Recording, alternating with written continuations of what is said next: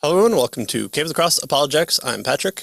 And I'm Tony. And we're walking very slowly so that the Humeans can agree to disagree with us, but in the right context, as we're finishing up chapter 5, Hume and the Philosophic Questions, and part 2, Are Miracles Possible? And what we've been doing so far is kind of taking a look at the philosophy behind Hume's critiques of miracles. And we found him to not want us to have a seat at the table by redefining. First of all, he redefines the term miracle. Then he doesn't allow for witnesses to be brought into the equation, because if you have an experience with miracles, well, then you're not a credible person. Yeah, you're unreliable. Yeah, You're exactly. unreliable. Then he redefines The uniform things. experience is against miracles. Right, exactly. Yeah, so normally miracles don't happen, so therefore we know that miracles don't happen, and so we just keep running into brick walls that Hume is popping up for no reason. But of course, if we do take him at those being the cases for particular instances for miracles, then we also should apply his same type of philosophy to other things like eyewitness testimony for historical events, for court systems, for things like the lottery winners, or for actual claims of miracle claims, or at least unusual claims that are set in the context of a religious setting. And it doesn't seem like Hume wants that to happen for some other reason. There's almost a Romans 1 type of ring to all this. And so that's what we've been going through. So this episode might be a little bit shorter because we really wanted to take our time with this section. In fact, the whole book seems to offer us a lot to go through, but we really wanted to press home on the Humean aspect to this. So yeah, Hume is really important with regard to these arguments and the positions that people take, even today. Right. But as we'll see in this episode, it almost seems like the baby should have been thrown off with the bathwater, but the baby was also too good of an author to do so. So he has his place in history, so we'll give him his deference and critique him here. All right, so in this later part of chapter 5, Keener is going to talk about the circularity of Hume's approach. And Keener says that he has been noting that Hume implies that he is arguing inductively. He actually, however, argues deductively, and that's what we've seen in the past couple episodes as well. And he's been arguing deductively based on a conclusion that results on an inadequate range of data, partly because it has an a priori excluded disagreeable evidence. Rather than allowing genuine induction based on evidence, Hume produces a deductive approach that a priori, the things that you allow to be known right off the bat, virtually excludes the evidence of miracles. And he cites experience against experience, a typical eyewitness against rare experience, though both are attested by witnesses. Thus, Hume prevents his own argument from being falsified by rejecting evidence that contradicts his thesis. And so if that's the case, and falsifiability is the thing that you want to have in your scientific evidence, in your theorems, in your claims, in your philosophy, if falsifiability is a test marker of truth, then if he doesn't allow falsifiability to come in, we should reject it, right? But it doesn't seem like people are rejecting Hume, and it's almost like there's a double standard here. Right. So, he talks about other non-inductive elements in Hume's approach. So he's criticized Hume with regard to this issue of induction versus deduction. And we might want to just say that, induction has to do with probability, deduction has to do with necessity, right? And so in an inductive argument, the conclusion can change if you have more information. Deductive arguments, they don't work that way, right? They're true of necessity. But his argument here is that Hume has to assume, give a circular argument or beg the question with regard to miracles. And so that's the problem, even though Hume is claiming that he has an inductive argument with regard to experience. And so that's really this issue here, and why he keeps coming back to this induction, deduction kind of thing. He says that now what he goes on here, he moves on to other non-inductive elements in Hume's approaches. He says, other factors also indicate that Hume is not arguing inductively. He's noted first that Hume does not argue inductively, but constructs a deductive argument against miracles based on a probability rigged, he says, by his non-theistic starting assumption. Right? So that's one issue. A second observation, he tells us, is that Hume's explicit exclusion of beliefs of ignorant and barbarous nations, right, reflects ethnocentric bias that the vast majority of scholars would reject as unacceptable today, right? So just because they're not like us doesn't mean that we shouldn't believe them, right? But Hume suggests they're not like us, right? They're ignorant and barbarous, and therefore we shouldn't believe them. Which I believe, people wouldn't buy concerning that our ethics book previously, our prophetic ethicist gentleman would say we must reject Hume because of his problematic understanding here. So sorry, Hume. I'm sure all good atheists will reject Hume as well, and we'd like to see you on the other side. So that's great. Well, Hume also uses many bogus claims of miracles already rejected by many Christian critics to deny the reality of any miracles. The guilt by association approach, however, reflects the logical fallacy of false analogy, of generalizing based on specific cases without examining other cases that may differ in relevant details. You have your 3-year-old child tell you that they don't know who ate the cookies and that God must have come down and taken them out of the cookie jar. And so you say, it's a miracle. I'm pretty sure that the chocolate on your face is going to be a better direct evidence than God coming down and eating my cookies. Then things like comparing that to the miracles witnessed on camera, on people's voices clearing up from having been known to have a medical determination, and all of a sudden it clears up on recorded sound being witnessed by people, or even the resurrection. So if we could say, well, the child claims the miracle is false, therefore all these other ones are false too, seems to be what you wouldn't do in those cases. So, you have your eyewitness come forward and they say, I had a vision of the murder was my ex-boyfriend. And you find that that's not the case. Well, then you have to dismiss all the other claims of those who were in the same room as the murderer witnessing the murder, right? Because if one person was wrong here, then all the other ones were wrong as well. Yeah, and you have to dismiss all boyfriend murder right, claims, exactly. right? Because this one was wrong, so all the rest of them have there you go. Right? Yes, exactly. No one is ever murdered by their boyfriend, so good. That's what Hume helps. Which is a good thing, I think. Yeah. Well, then Hume thus effectively argues here against a straw man, and we don't want to do that, right? To proceed generally inductively, Hume would have to examine each miracle claim and show it to be false, and he would still not have foreclosed the possibility of some miracle claims. So long as he proceeds inductively, a single confirmed miracle would disprove his case. Indeed, reliable witnesses for sufficiently numerous different miracles, if generally independent, supports the class of evidence. So hopefully someone will come along and write a giant book series on different types of miracle claims, and then we can just say, look, we have a lot of testimony here of claims of miracles, and we could just say, if one of these is true, then it falls apart. Yeah. Only someone will... speaking, right? If it's an inductive argument, all you need is one case, and you've made your point, right? Right, exactly. So err on the side of caution.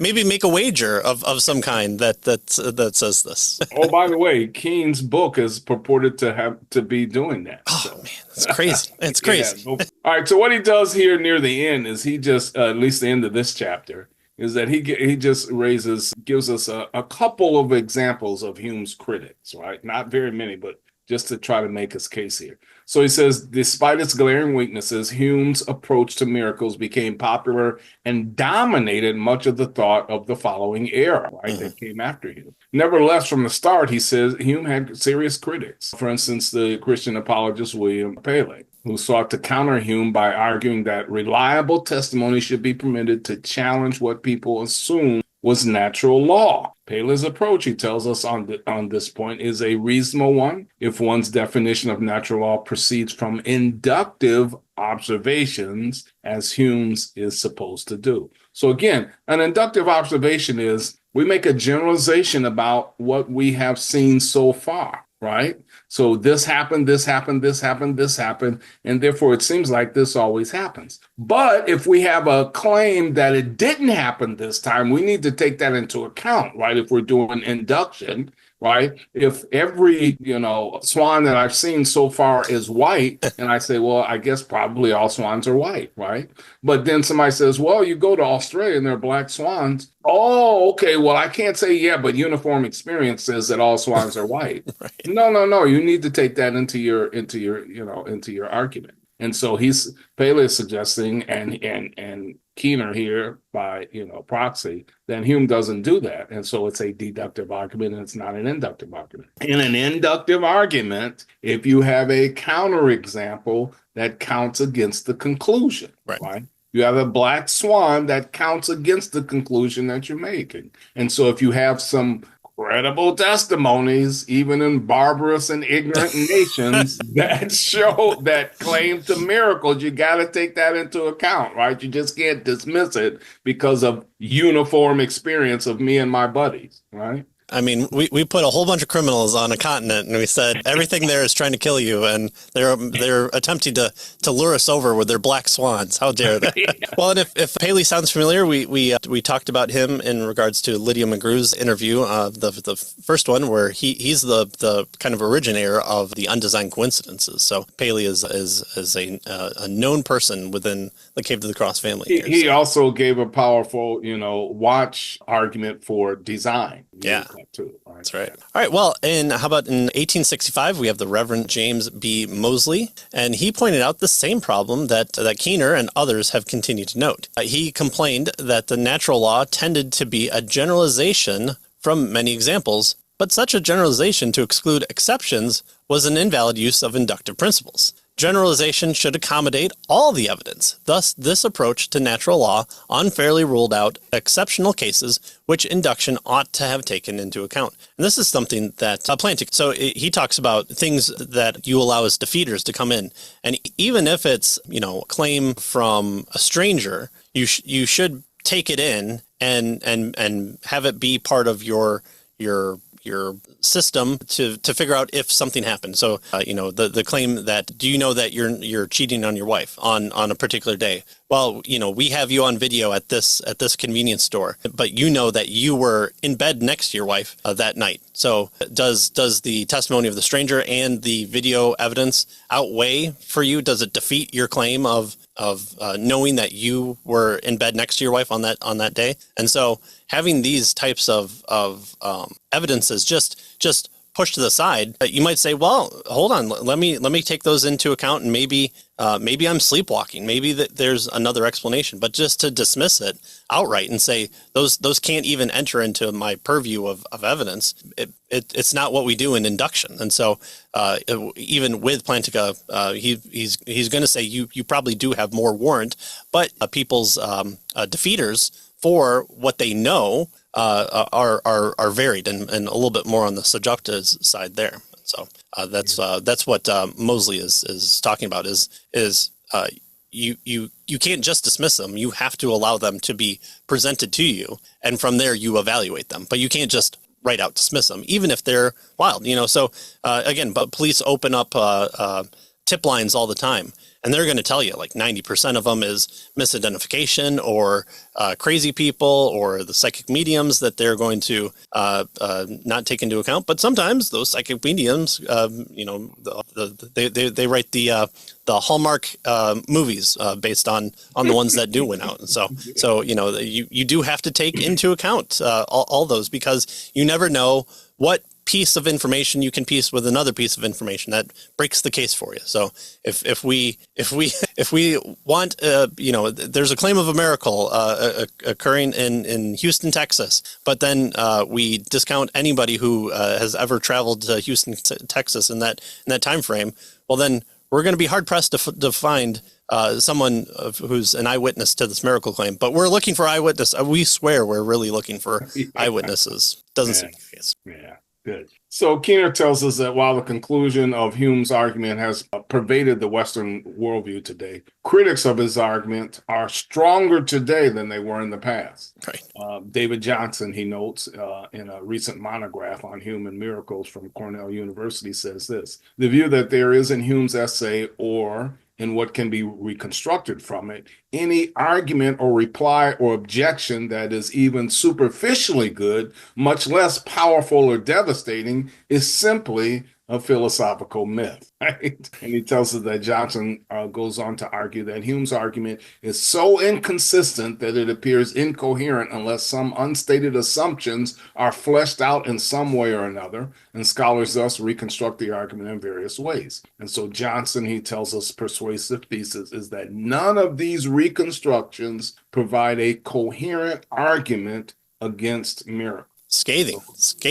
To conclude this chapter in particular, Keener's going to say that according to common interpretation of Hume's argument against miracles, miracles violate inviolable natural laws and hence are impossible. That's according to Hume. Most scholars today note that if this is Hume's argument, it is a circular argument by fiat of definition, and therefore it proves nothing, right? So even if you did have a miracle, it would be sectioned off and quartered off and a wall built around it and guards put up with turrets, and you could never look at it. But is it not still there, even if you aren't allowing it? Well, it seems like we have a bad idea that we keep perpetuating here, and it almost seems to be for a purpose other than to take into account the evidences presented. Well, other questions aside, if a deity genuinely generated the pattern of nature, no logical necessity preconcludes that deity from acting at will on nature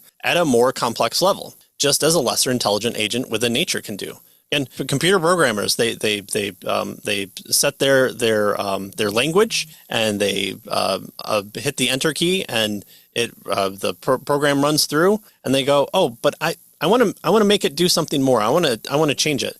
And so they log back in and they decompile it and they put in new code and they recompile it and it hopefully works again. Well, we know that can't happen because there's no computer programmer. No one can enter into it. It's logically impossible for a computer programmer to go back into the thing it created and add more information if it so chose. No, why would that be the case? Why could not the outside agent of us humans do it? And then if that's us, why couldn't a being such as God do it? So it just again, from the deist perspective, that seems to be where Hume is getting a lot of his ideas from, is they don't want a God to enter into creation. They want the blind watchmaker to wind it up and set it going until some time in the future. And then that's how you deal with that. So. Right. And this, what you just pointed out there, is really the key issue, right, with regard to miracles. If God exists, then we can't dismiss miracles, right? If a God such as the Christian God exists, then miracles can't be dismissed, right? If he created nature, he can act on nature. I mean, that's just the way things work. Right. That's the point here that Keener is trying to make. He goes on to say that Hume also argued, apparently based on his first argument against miracles, that eyewitness testimony can never be sufficiently persuasive to overcome the uniform experience against miracles. And he says, if this argument against testimony is understood as it usually is, it likewise constitutes a circular argument, since whether human experience is uniform against miracles is precisely the question that we're asking, right? And so that is begging the question kind of argument, right? Right. And so he ends this chapter there, and he's going to pick up, the rest of Hume, talking about Hume, by the way, in the next chapter. Right. It's still not done. There's still more to say negatively against Hume. So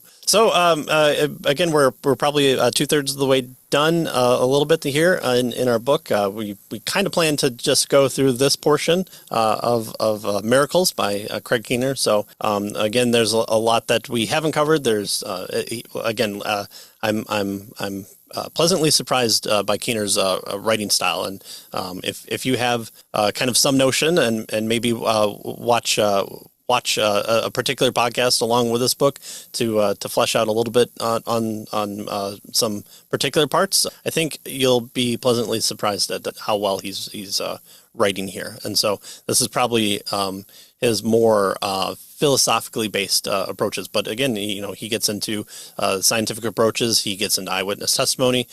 He does a lot in these 2 volumes, and the price is almost worth it. But if you've signed up for Logos, wait until your birthday, and then you can have 20% off there. So that's probably the best deal that I've found for it. But also, it's also a good tool to pick up as well. All right, so join us next time for Chapter 6 as we continue to go through Craig Keener's book on miracles, and hopefully convince you that the claims from Hume tend to be even more fallacious and can be dismissed or not viewed with so much deference here. All right, so we'll see you next week, and thanks for joining us, and we'll see you next time. See you next time.